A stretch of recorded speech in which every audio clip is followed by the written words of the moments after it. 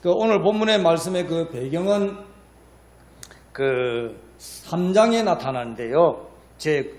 그 기도 시간에 미문이라는 곳에서 베드로와 요한이 성전에 올라가다가 그 구걸하는 그 거린에게 한 행위를 했습니다. 우리에게 은과 금은 없지만은 내게 있는 것으로 내게 준다 하면서 베드로 사도가 선포한 것이 바로 주 예수 나사렛 예수 그리스도의 이름으로 일어나 걸어라 이렇게 해서 그 거린이 일어나서 걸어가는 역사가 일어난 것을 보고 당시에 그 성전 관계자 지도자들이 보고 깜짝 놀랐습니다. 이러한 역사는 하나님만이 이룰 수 있는 것인데 라면서 그런데 자기네들이 지금 십자가에 못 박은 그 예수 그리스도에 대하여서는 좀 껄끄럽지요. 거기에 대하여서 이 사도들이 자꾸 전구하고 나타내니까 다른 건 몰라도 이 예수라는 이름으로 너희들의 복음은 전하지 말라 그러면서 막 욱박 지릅니다. 이제 그때 이제 그 정도의 시점에서 이제 배경의 말씀입니다. 오늘 본문의 말씀의 그 내용을 보면은요, 그렇지 않습니까? 너희와 모든 이스라엘 백성들은 알아라, 좀 제발 좀 알아라. 그렇게 말씀하지요. 지금 알라라는 말씀은 좀 깊이 생각해라. 그런 의도도 있는 것입니다. 그러니까 너희가 십자가에 못 박고 하나님이 죽은 자 가운데 살리신 나사렛 예수 그리스도의 이름으로 바로 이 사람이 건강하게 되었다. 그래서 결국 무슨 말을 하고자 하냐면은 구세주는 우리가 기다리는 우리 민족이 기다리는 그 구세주는 바로 예수 그리스도이다라는 것을 이제 증거하는 것입니다. 그래서 그런데 그렇게 구세주로 오신 분을 우리는 너무 홀대했다. 그 말씀이 11절에 나타나시오. 이 예수는 너희 건축자들의 버린 돌로서 집 모퉁이 모릿돌이 되었느니라. 사람들은 버렸지만은 하나님께서는 인간 구원의 아름다운 도구로 사용하셨다는 말씀입니다. 그래서 이제 그 베드로 사도가 이제 확정적인 말씀을 합니다. 다른 이로서는 구원을 얻을 수 없다. 왜? 하나님께서 구원자를 다른 이름으로 주신 일은 없다. 이 말씀은 예수 그리스도만이 바로 구원자다. 이 땅에 천하 인간의 구원을 얻을 만한 다른 이름을 우리에게 주신 일이 없다는 것입니다. 다른 여러 가지로 얘기할 수 있습니다. 본문에 나타난 대로 보면은 천하 인간의 구원을 얻을 만한 다른 이름, 마호메치나 석가나 공자나 문선명이나 어떤 우리 주변에 있는 구세주라고 나서는 사람들 그건 다 아니다는 것입니다. 그들은 자기 죄도 제대로 해결 못 받은 사람들이다. 그들이 인간을 위해서 십자가를 졌느냐? 그들이 인간을 위해서 피를 흘렸느냐? 그게 아니라는 것입니다. 오직 예수 그리스도만이 십자가상에서 우리 인류를 대신해서 피를 흘려 희생 제물이 되어 주셨다. 구약 성경은 이 사실을 하나님 앞에 어린 양이라고 표현하지 않습니까? 하나님 앞에 어린 양이라고 하는 것은 바로 제단에 하나님께 제사를 드리는 그 모습이죠. 그래서 성경은 이 사실을 바울 사도는 산 제사라고 말하지 않습니까?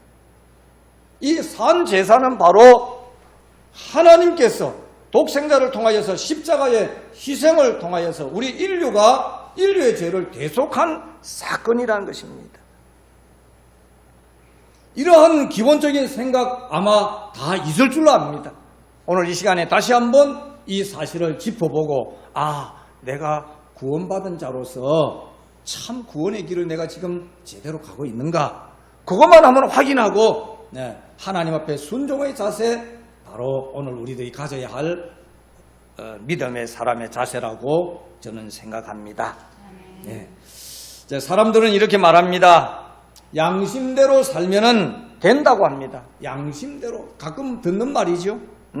그러면서 현재 상황을 장황하게 이렇게 설명을 하지요. 예.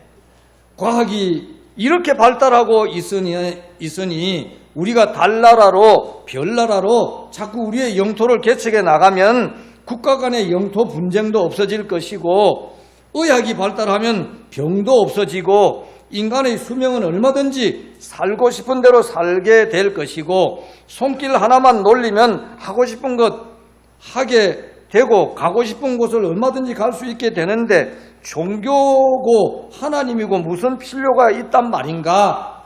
막 이렇게 어떤 사람은 이렇게 입에 거품을 물고 막 논쟁을 펼치는 사람들도 있습니다. 그런데 성경에 보면요, 타락한 인간이 하나님을 떠나 그 타락한 순간부터 인간의 양심도 어떻게 해요? 타락했다는 것입니다.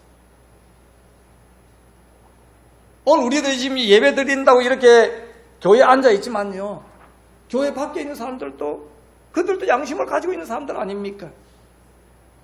정말 제대로 된 양심을 가졌다면은 오늘 우리들에게 사랑을 베푸시고 구원을 베푸시는 그 하나님 앞에 나와서 최소한 하나님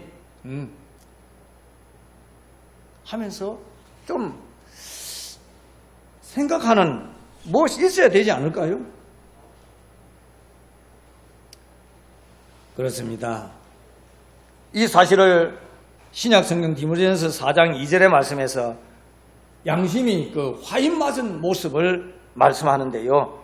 디모데전서 4장 2절의 말씀에 자기 양심이 화인 맞아서 외식함으로 거짓말하는 자들이라. 그러니까 위에 과학이 어떻고 의학이 어떻고 이렇게 논리나 하는 건 그거는 인간의 자기 생각이고 성경의 잣대를 딱 갖다 대면 그것은 잘못된 것이라는 것입니다. 우리가 살아갈 때에 어떤 기준을 가지고 사느냐, 그건 참 그래서 중요합니다. 우리가 하나님 앞에서 믿음의 기준을, 신앙의 기준을 가지고 예수 그리스도를 중심으로 산다면은 그 인생은 진정한 복을 받은 사람이라고 할 수 있는 것입니다. 그래서 양심대로 살면 된다는 사람 중에는 대부분 불신자들이 그렇지만은 때로는 우리 믿음의 사람들 안에서도 그런 사람들이 있고 있을 수 있다는 것입니다. 사랑하는 성도님들, 결코 양심대로 산다고 해서 인간의 삶이 유쾌해지지도 않고 그 양심이 인간을 구원하지도 못한다는 것입니다. 그래서 해답은 나온 거 아닙니까? 양심대로 살면 안 된다. 어떻게 살아야 된다고요? 믿음으로 살아야 된다. 이건 제 얘기가 아니고요. 어린아이들도요. 믿음으로 가는 나라 어디요? 하나님 나라 그러지 않습니까? 믿음으로 가는 나라. 얼굴이 예뻐도 안 돼요. 지식이 많아도 안 돼요. 건강해도 안 돼요.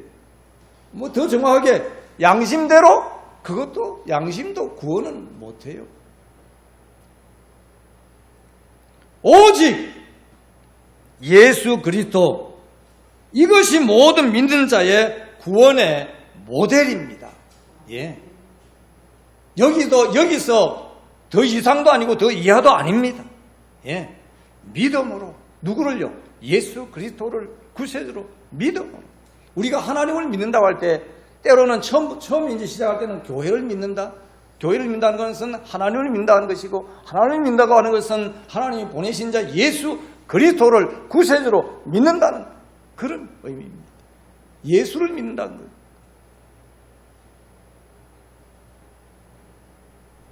그래서 오늘 본문 12절 말씀에 다른 이로서는 구원을 얻을 수 없다. 천하 인간의 구원을 얻을 만한 다른 이름을 하나님께서 우리에게 주신 역사가 없다는 것입니다. 누구 외에? 예수 그리스도 외에는. 한번 생각해 보십시오. 우리 주변에 기독교 외에 다른 종교 한번 생각하면서, 예를 들어서 불교, 불교는 엄격하게 말하면 종교가 아닙니다. 그건 철학입니다. 그런데 이제 종교화 되어진 모습이죠. 예? 뭐 석가가 인류를 구원했다고 했습니까? 아닙니다. 한번 석가의 자서를 한번 기회 되면은 보시길 바랍니다. 요즘 뭐 인터넷에 잘 돼 있어갖고 그런 내용을 이제 요구하면은 자료가 많기 때문에 나와요. 석가가 마지막에 무슨 말을 했는가? 그리고 인류를 위해서 구원에 관한 부분에서 어떻게 표현했는가? 한번 알아보십시오. 금방 답이 나올 것입니다.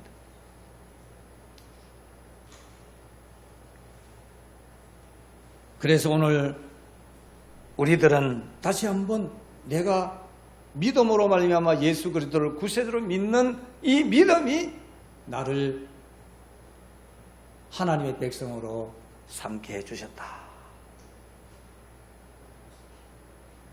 그래서 이제 참 구원의 길이라고 하는 것은 참 구원의 길은 바로 예수님께서 직접 하신 말씀 중에 이런 말씀이 있습니다. 예수께서 가라사대 내가 곧 길이요 진리요 생명이니 나로 맘지 않고는 아버지께로 올 자가 없느니라. 예. 그래서 예수 믿으세요. 예수 믿으세요. 예수 믿어야 합니다. 그렇게 강조합니다. 이것 때문에 오늘 우리 믿음의 사람들이 목숨을 걸고 나아가지 않습니까? 살아가지 않습니까? 우리나라 역사적으로도 보면은 선교사님들이 처음에 이 땅에 들어오실 때 그냥 들어왔습니까? 이 나라 세국 정책으로 얼마나 많은 사람들이 순교당했습니까? 그 선교사들의 피값으로 우리 대한민국의 이 교회들이 지금 서 있는 모습입니다. 그 바톤을 오늘 저와 여러분들이 받았다는 것입니다. 뭐 피 흘리게까지는 안 한다 할지라도 항상 우리들이 믿는 예수님 인정해 드리는 삶은 우리가 생각해야 된다는 것입니다.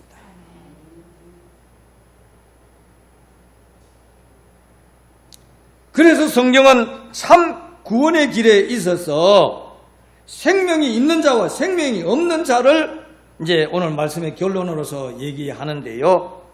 요한일서 5장 12절의 말씀 보면은 아들이 있는 자에게는, 여기서 아들은 누구를 가리켰습니까? 하나님이 보내신 자, 독생자 예수 그리스도를 가리킵니다.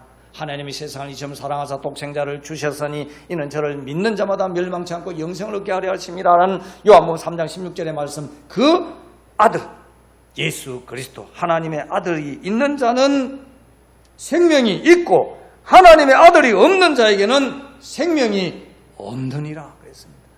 즉 하나님, 우리들의 삶 속에, 내 마음 속에, 내 생활 속에 예수님이, 예수 그리스도가 있는 사람과 없는 사람의 차이점이 그렇게 차이가 난다는 것입니다. 이 생명에 대하여서 오늘 우리들이 일상생활에서는 뭐 별로 대수롭지 않게 생각할지도 모릅니다. 왜냐하면 그 생명이 나하고 직접적으로 뭐 생활하는데 관계가 없으니까.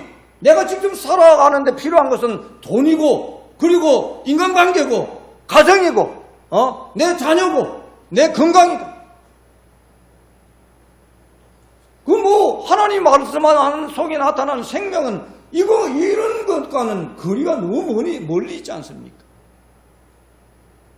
그래서 사람들은 뭐 간땡이가 부어갖고 하나님을 향하여서도 막 손가락질 하지 않습니까?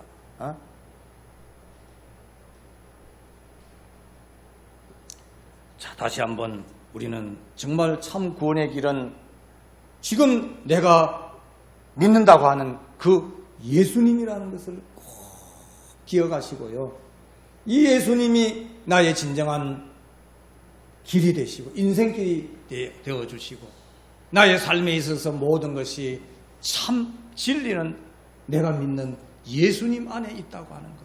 그리고 나아가서 생명까지도. 이 생명이 있는 자는 어떤 사람입니까? 천국을 가진 사람입니다.